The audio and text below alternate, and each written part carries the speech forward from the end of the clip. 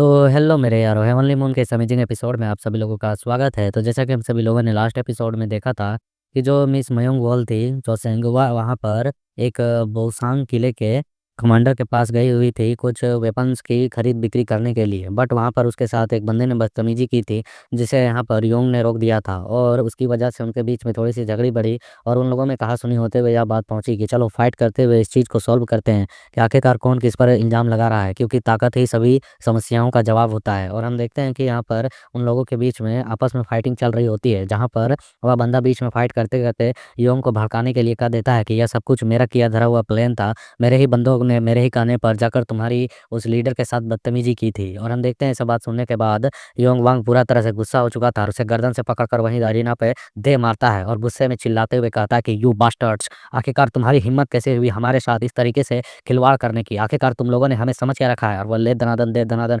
Punches उस पर बरसाना चला वो चालू कर देता है, जो कि होते हैं ग्रेट बुद्धा फीस्ट। और हम देखते हैं कि उसे मारते मारते उसके मुंह से झाग निकलने लगता है। तो उसकी ऐसी हालत को देखकर वुकांग किले का जो कमांडर होता है वह चिल्लाते हुए कहता है कि मेरे बेटे जो चोसेंग होती है वो भी परेशान। उसके बंदे जो होते हैं हमला करने के लिए आगे की ओर बढ़ते हुए कहते हैं, यू बास्टर्ड, तुम्हारी हिम्मत कैसे हुई जब उसके हाथ से तलवार गिर चुकी थी, उसी वक्त तुम्हें रुक जाना चाहिए था, उसके बावजूद भी तुम उस पर लगातार वार कर रहे हो। तो यहाँ पर योंग वांग भी चिल्लाते हुए कहता है, चुप रहो कमीनो, यह सब कुछ तुम्हारी गलती है। अगर तुम लोगों को यहाँ पर कोई समस्या है तो आओ और आके भिड़ लो, मैं तुम सभी लोगों को आज यहीं पर पीट पीट कर अधमरा कर दूंगा। और हम देखते हुए बंदे भी हमला करने के लिए आगे की ओर बढ़ गए थे और कह रहे थे कि ये बकवास कर रहा है, इस आदमी को पकड़ो, या हमारे यहाँ से बचकर निकलना नहीं चाहिए। और हम देखते हुए बंदे जब यहाँ पर इसके ओर पहुंच रहे थे तो यहाँ पर योंग भी अपने फाइटिंग टेक्निक को एक्टिवेट करके कहता है, blade of the wind, the strong wind strike. और हम देखते हुए अपने वाटे को यहाँ पर इन बंदों पर रिलीज कर पाता। उससे पहले यहाँ पर बुकांग किले का जो कमांडर का मास्टर है वो बुढ़ा ओल्ड मैन, वो आते हुए यहाँ पर योंग वांग को एक हाथ से पकड़कर ऊपर की ओर उठा देता है और कहता है, लाइट विथआउट स्वॉर्ड। और हम देखते हैं उसको यहाँ पर उठा के एक साइड रख देता है। पर उसके बाद फिर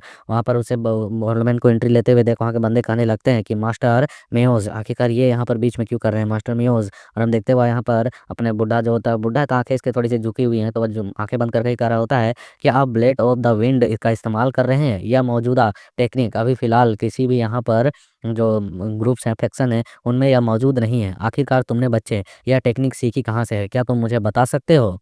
और उसके बाद फिर इस ओल्ड मैन के मेमोरीज में हमें कुछ सीन बताए जाते हैं और वह कह रहा होता है, यह शायद 40 साल पहले या 41 साल पहले की बात है, जहाँ पर उस अंधकार में आवाज़ गूंज रही होती है, ये राक्षस है, अरे बचाओ मुझे बचाओ, यह राक्षस है। और वह कह रहा होता है, यह कहानी तब की है जब मैं उस समय यंग था और काफ़ी ज़्यादा मतलब कि उतना ज़्यादा फाइट में एक्सपीरियंस नहीं था, लेकिन उस समय। और हम देखते हुए रो रहा होता है और वह बता रहा होता है, यह वह समय था जब मैं अपनी तलवारबाजी पे पूरा भरोसा करता था कि मैं बैटल फील्ड में काफ़ी लंबे समय तक युद्ध के मैदान में टिक सकता हूँ और अपनी तलवार के बदौलत किसी को भी हरा सकता हूँ। लेकिन यह सच नहीं था, इसके बारे में मुझे बैटलफील्ड में पहुंचते ही पता चल गई। जैसा कि मेरे जैसा टैलेंटेड और कुशल मार्शल आर्टिस्ट वहाँ पर कई सारे थे, लेकिन वे सभी आसानी से मारे गए। और हम देखते हैं अभी भी रो रहा होता है, कर रहा होता है, मुझे एहसास हुआ था कि तब मैं एक साधारण व्यक्ति हूँ, बिल्कुल बाकियों की तरह। लेकिन उस समय फिर वहाँ पर एक ग्रेट हीरो की एंट्री हुई जिसने मुझे बचाया। और हम देखते हैं वहाँ पर ओल्डमैन हान की एंट्री हुई होती है और वह कहता है कि वहाँ पर पहुँच के, व्हाट, आखिर ये क्या, तो क्या तुम रो रहे हो।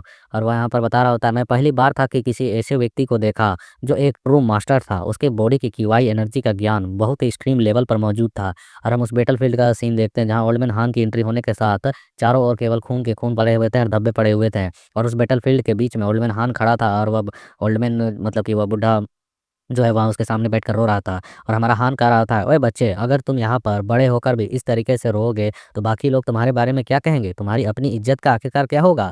और वह बुकांग किले का मयोज बता रहा होता है मास्टर की, वह परोपकारी व्यक्ति जिन्होंने मेरी जान बचाई। और हम देखते हैं कि यहाँ पर जब वो हान यहाँ पहुंचा था तो उसके पीछे पीछे उसी के सेक्ट के और भी बंदे आ रहे थे और कह रहे होते हैं, मास्टर क्या मैंने आपको अकेले जाने से मना नहीं किया था, आप हमें इस तरीके से छोड़कर कैसे जा सकते हैं। तो हान कह रहा था, अरे यार तुम लोग आखिरकार इतने धीमे, तो मैं क्या करूँ, देखो मैं यहाँ पे जल्दी पहुंचा और इस बच्चे को भी बचा लिया। हम देखते हैं वहाँ पर उसी के मतलब जो बंदे होते हैं वो धकेल कर से ले जाते हुए कह रहे होते हैं कि चलो आगे चलो, तुम यहाँ पर इस तरीके से बीच में किसी के फाइट में नहीं एंट्री ले सकते हो। यहाँ पर हान कर रहा था, अरे यार तुम लोग कुछ भी करते हो, या बुकांग किले का सेनापति है वह, मैंने तेरी यहाँ पर जान बचाई है इसलिए तुझे बुढ़ापे तक जीना होगा। और हम देखते हैं उसका जो वहाँ पर उस सेक्ट का सेनापति वगैरह कुछ होगा जो यहाँ पर कमांड वमांड देता है और मतलब कि सारी चीज़ों को संभालता है सेक्ट को, वह कह रहा होता है कि जल्दी कीजिए मास्टर, आगे की ओर बढ़िए, हमें हूनों के मुखिया के शिविर के पास जाकर रुकना है, मतलब उनके तंबू के पास। हम देखते हैं यहाँ पर हान कह रहे थे, अरे यार तुम लोग बहुत ज़्यादा इरिटेट करते हो। कुछ भी करता हूँ मैं ना, तुम लोग शिकायत ही करते हो। चाहे मैं जल्दी चलूँ या फिर धीरे चलूँ, तुम लोगों को यहाँ पर पसंद ही नहीं आता है। तो हम देखते हुए कह रहा होता है, बकवास मत कीजिए, आप अपने अतिरिक्त शक्ति का आखिरकार उपयोग कहाँ पर करेंगे? अगर बैटलफ़ील्ड में नहीं करेंगे तो इसलिए आप लोगों को इसका इस्तेमाल सही जगह पर करना चाहिए। तो हन इसलिए कह रहा होता है कि मुझे बैटलफ़ील्ड में आना पसंद नहीं है, इसलिए वो ऐसा बोल रहा होता है कि अपने ताकत का सही जगह इस्तेमाल करो यार, सही बैटलफ़ील्ड में जाकर। तुम किसी के भी फाइट में घुसकर ऐसे नहीं कर सकते हो। और हम देखते हैं ये बुड्ढा जो मैं इसका नाम वैसे मयोज है, तो ये रो रहा होता है और इस तक आवाज़ आ रही होती है, हे भगवान! तुम चाहे मैं तेज़ चलूँ या धीरे चलूँ, तुम हमेशा ही मुझे रोकते-टोकते रहते हो। और फिर हमें यहाँ पर वही बता रहा होता है कि वह ग्रेट हीरो, उसने हस्तक्षेप किया और मेरी जान बचाई, वह सचमुच में एक ग्रेट हीरो था। और फिर हम अभी प्रेज़ेंट का सीन देखते हैं, दिन का समय हो चुका होता है और यहाँ पर हान अभी भी कह रहा था, व्हाट? क्या तुम फिर से रो रहे हो? और हम देखते हैं यहाँ पर इसके सामने वही मयोज आया हुआ होता है और ये बैठकर इसके सामने कह रहा होता है कि ग्रेट हीरो, मैं आपको यहाँ पर देखकर कितना खुश हूँ, आप अभी भी ज़िंदा हैं, मैं आपको यहाँ पर ग्रीट करता हूँ, मुझे आपको नमस्कार करने दें। तो उसे इस तरीके से झुकते हुए देख उसके बंदे कह रहे होते हैं कि मास्टर मयोज, आप ये क्या कर रहे हैं? तो होल्डमैन हान कहता है कि रोने वाले बूढ़े आदमी को देखकर मैं काफ़ी ज़्यादा हैरान हूँ, समय कितनी तेज़ी से आखिरकार बीतता है। भाई तुम्हारे पास पावर है तो अब हमारा हान अभी भी यंग लगता है। और हम देखते हैं यहाँ पर फिर ये लोग एक चट्टान के ऊपर बैठे हुए होते हैं और यहाँ वो खा रहा होता है और वह मयोज बोल रहा होता है कि अगर मुझे पता होता कि तो आप यहाँ पर आस-पास है, तो मैं आपको अपने घर के लिए ज़रूर ही आमंत्रण देता पहले ही। तो यहाँ पर हान कहता है कि नो थैंक्स, मुझे यहाँ पर किसी के घर में रहना पसंद नहीं है, इसी तरह के एरिया में, खुले एरिया में रहना अच्छा लगता है। तो वह कहता है कि वैसे आप मेरे घर आएँगे तो बहुत ही ज़्यादा अच्छा होगा। इसकी वजह से आपको काफ़ी कुछ मतलब कि रहने की सुविधा मिलेगी और साथ में आपके स्टूडेंट को भी। तो ये सुनकर हान कहता है कि नहीं, नहीं, मुझे यहाँ पर अपने इसी तरीके के खुले जगह पर रहना पसंद है और अगर तुम मेरे लिए कुछ करना चाहते हो, तो यहाँ पर जो मयोंग वॉल का जो घर है ना, वहाँ पर मेरा कुछ कर्ज़ा चुका हुआ है, मतलब बचा हुआ है कर्ज़, कुछ चुकाना है। वहाँ पर से मैंने कुछ ज़्यादा ही खाना ऑर्डर कर लिया और खा लिया है। तो इसकी वजह से तुम वहाँ पर वो कर्ज़ चुका दो और अगली बार आओ तो मेरे लिए कुछ स्वादिष्ट खाने लेकर आओ, क्योंकि ये बच्चा जो है ना, जितना कमाता है ना, उतने से मेरा कुछ चलता नहीं है गुज़ारा। तो हम देखते हैं यहाँ पर योंग कहता है कि "ओए बूढ़े आदमी, यहाँ पर मैं कम नहीं कमाता हूँ, तुम खाते ज़्यादा हो।" हम देखते हैं यहाँ पर इनके ऐसे नोक-झोंक को देखकर मयोज कहता है कि "इतने लंबे सालों के बाद भी आप बिल्कुल भी नहीं बदले हैं मास्टर। मैं आपका जितना भी कर्ज़ है वहाँ होटल वगैरह में, वो सारा मैं चुकवा दूँगा।" और फिर वो कहता है कि "वैसे मैं आपके स्टूडेंट को टेक्निक को देखने के साथ ही एक ही बार में पहचान गया था कि वो आप ही का फाइटिंग स्टाइल है और बिल्कुल आपके जैसा ही लड़ता है।" तो यहाँ पर ओल्डमैन कहता है कि "हाँ, ऐसा तो बिल्कुल सही है, बस फ़र्क इतना है कि इस गधे को मैं जितना सिखाता हूँ, बस उतना ही सीखता है, कुछ एक्स्ट्रा नहीं करता है।" तो हान कहता है कि "आखिरकार मैं क्या करूँ? मुझे वही तरीके मालूम है ना जो तुम सिखाओगे, और क्या मैं करूँ?" तो हम देखते हैं यहाँ पर यह मनोज कहता है कि यह तो बहुत ही अच्छी बात है ना कि जो सिखाओ वह भी सीख जाए और उसी का इस्तेमाल करे। तो यहाँ ओल्डमैन हान कहता है कि नहीं, नहीं, ये बिल्कुल अच्छी बात नहीं है। आखिरकार इसे अपने पास भी कुछ अपनी तकनीकें खोजनी चाहिए फाइटिंग की। और हम देखते हैं यहाँ पर बस ये चिढ़ रहा होता है योंग की, साला मेरे मतलब कि बुराई कर रहा है।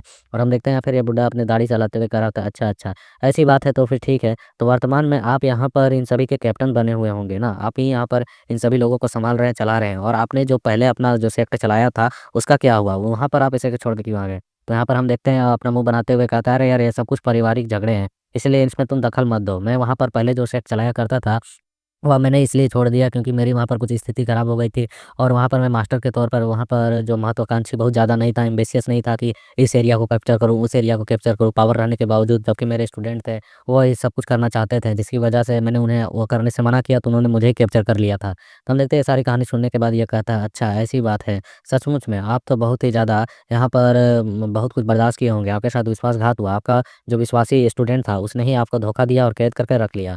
तो ओल्डमैन हान कहता है, "अरे यार ठीक है, यह सब कुछ ख़ास वैसा नहीं है, इसीलिए इसे जाने दो।" हम देखते हैं यहाँ पर यूँ कह रहा होता है, "नहीं, बूढ़े आदमी, तुम आखिरकार इतने ज़्यादा आलसी कैसे हो सकते हो कि अपना बदला भी ना लो?"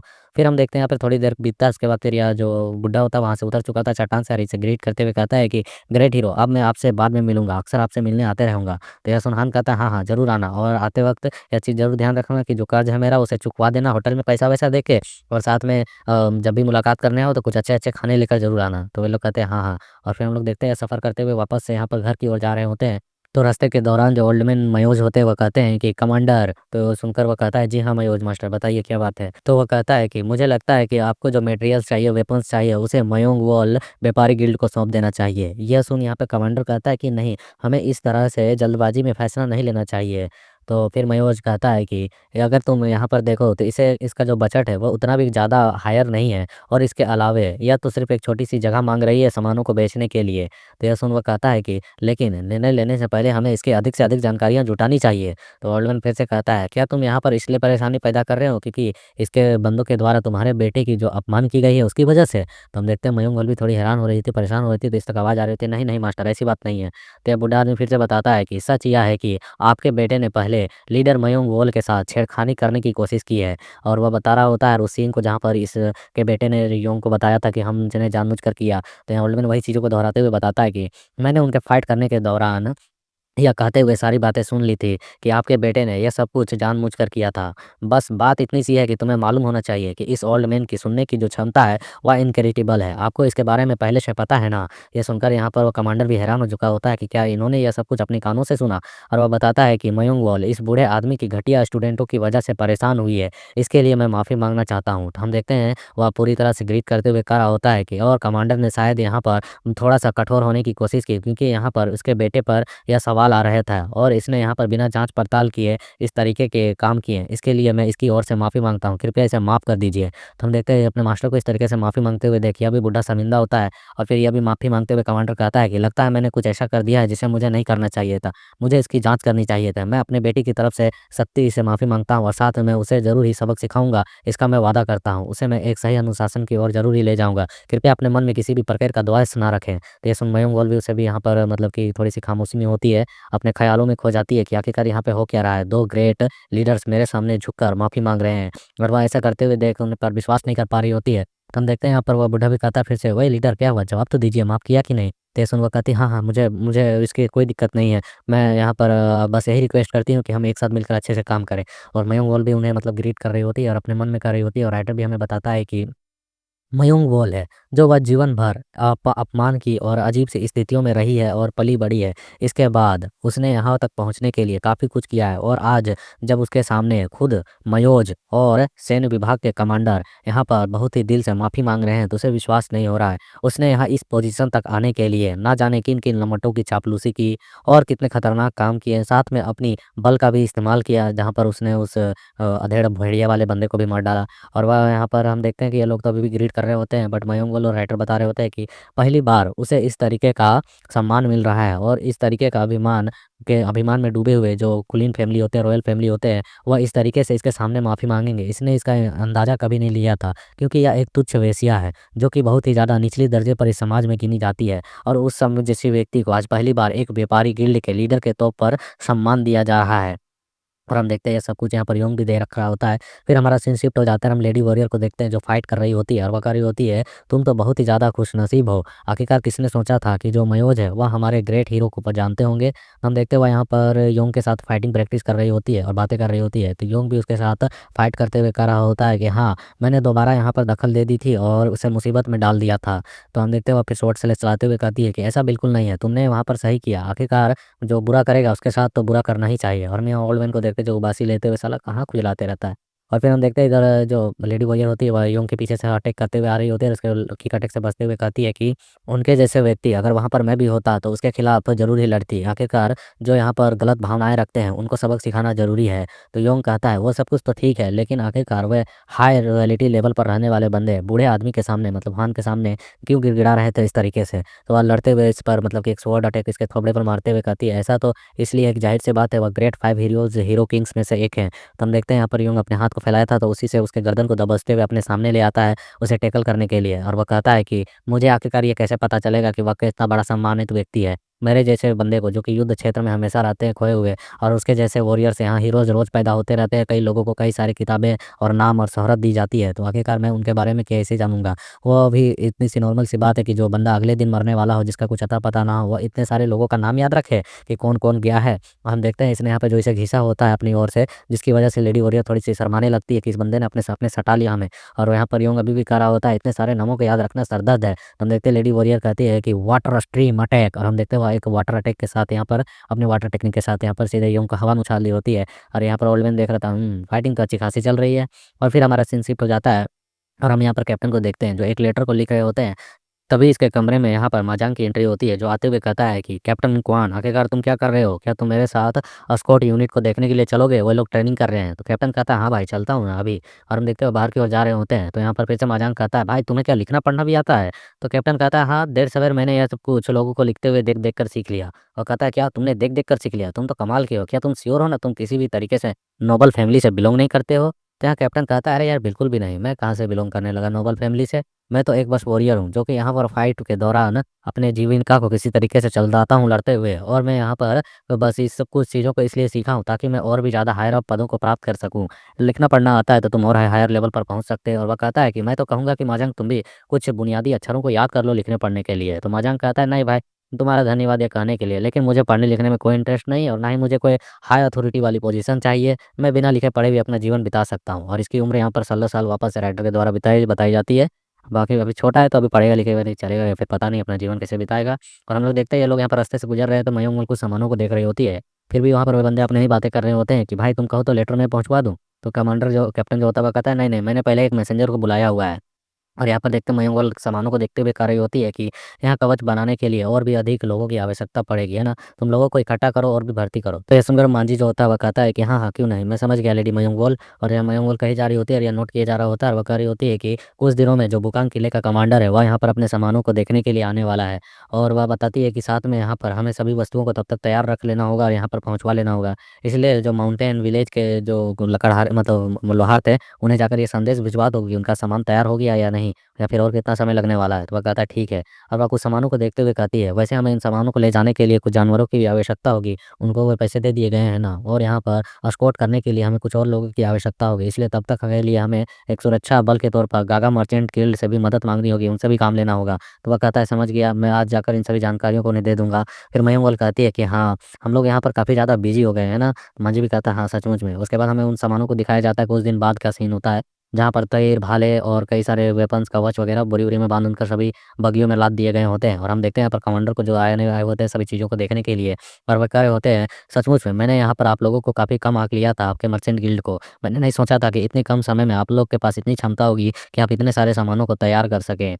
मयूंग बोल कहती है कि कमांडर आपने जो ये काम दिया हमें सौंपा इसके लिए धन्यवाद। तो वह कहता है कि नहीं, धन्यवाद तो मुझे करना चाहिए कि आखिरकार हमारे जो यहाँ पर द्वारा आप लोगों को कम आँका गया उसके लिए माफ़ी माँगता हूँ। और साथ में आप लोगों ने हमारी इतनी मदद की है, इतने सारे सामानों की इतने कम दाम पर इतनी जल्दी तैयारी कर दी है उसके लिए। तो फिर हम देखते हैं मयूंग बोल कहती है, जी हाँ बिल्कुल, आपको यहाँ पर किसी भी तरह का कोई दिक्कत नहीं होने वाला है। तो यह कहता है कि वैसे दरअसल मैं आपको इन सभी चीज़ों को इतनी जल्दी इसलिए तैयार करवाने के लिए कहा क्योंकि पीछे यहाँ पर कुछ दिनों से कुछ घटित हो रहा है, कुछ घटनाओं के कारण हमें दक्षिणी मोर्चे की ओर ओचेक किले में, ओचेक किले एक एरिया का नाम है, किले का नाम है, जहाँ पर लोग कमांड करते हैं, गार्ड करते हैं अपने एरिया को। तो कह रहा होता है कि ओचेक किले में हमें कुछ लोगों की भर्ती करनी पड़ी है और सौभाग्यवश वहाँ पर हमारी जो सामान की है ना वो आपूर्ति हो गई है, कमी हो गई है, जिसकी वजह से उनको पूर्ति करने के लिए, उनको उन सामानों को पहुँचाने के लिए मुझे आपको इतनी जल्दी इन सभी सामानों का ऑर्डर देना पड़ा। बस मैं आपको यही कहना चाहता हूँ कि ओचे किले के जो बुकांग किले के जो वहाँ पर एरिया है हमारा, वो हमारे लिए बहुत ही महत्वपूर्ण है, इसलिए वहाँ पर लोगों की आवश्यकता पड़ती रहती है। तो मैं बस यही चाहता हूँ कि आप सभी सामानों को सीधे वहाँ पर पहुँचा दें। क्या आप वहाँ तक उन सभी सामानों को ले जाने में सक्षम हैं ना? आप चिंता ना करें बजट के बारे में, जो भी खर्चा होगा वह हम आपको दे देंगे। तो ये सुन मयूंग बोल कहती है कि ठीक है, चूँकि समय बहुत ही इम्पोर्टेंट है इसलिए मैं जल्दी करूँगी और सभी चीज़ों को भिजवा दूँगी। तो कमांडर कहता है कृपया ज़रूर कीजिए इस चीज़ को और वो भी जल्दी, क्योंकि सैन्य सामान जितनी जल्दी पहुँचेंगे उतनी हमारी मदद होगी। और ये जो है सेनाओं के लिए लड़ने वाले वेपन्स है तो इन्हें आपको बहुत ही ज़्यादा सुरक्षित तौर पर लेकर जाना होगा। परिवहन के दौरान, ले जाने के दौरान आपको बहुत ही ज़्यादा स्ट्रॉन्ग सुरक्षा दल की आवश्यकता होगी। इसलिए काफ़ी लोगों को भर्ती कर अपने साथ लेकर जाइएगा। और मैं कहना चाहता हूँ आपको इन सामानों को उसी टाइम पर पहुँचाना होगा क्योंकि जो ओचेक किले के कमांडर हैं उनका नाम जनरल जोजो है, जो कि बिल्कुल भी गलतियों को माफ़ नहीं करते। और हम इस कमांडर जोजो को दिखाया जाता है बैक साइड से काफ़ी हट्टे-कट्टे और रेड बालों के साथ लग रहे होते हैं, एकदम तगड़े मुर्गे की तरह। और इसके इसी सीन के साथ यहाँ पर एक छोटा-सा चैप्टर कंप्लीट होता है। काफ़ी लोगों को ये स्टोरी पसंद नहीं आई थी, बट काफ़ी लोगों को ये स्टोरी पसंद भी है क्योंकि ये स्टोरी जो है थोड़ी-सी धीरे-धीरे करके बिल्डअप लेगी भाई। कैरेक्टर्स को तैयार होने में टाइम लगता है और यहाँ मेन कैरेक्टर के तौर पर हमारे हर एक कैरेक्टर का अपना-अपना पूरे जनरी दिखाया जाता है और यहाँ पर तो मेन कैरेक्टर अभी तक मुझको मयूंग वाली ही लग रही है। तो अगर तुम लोगों को ये स्टोरी पसंद आ रही है, आगे कंटिन्यू रखना है, तो कम से कम 100 लाइक का टारगेट तो ज़रूर ही लेके चलना। अगर 100 तक लाइक नहीं हुए हैं तो लाइक बटन पे क्लिक करो, मैं स्टोरी को कंटिन्यू रखूँगा।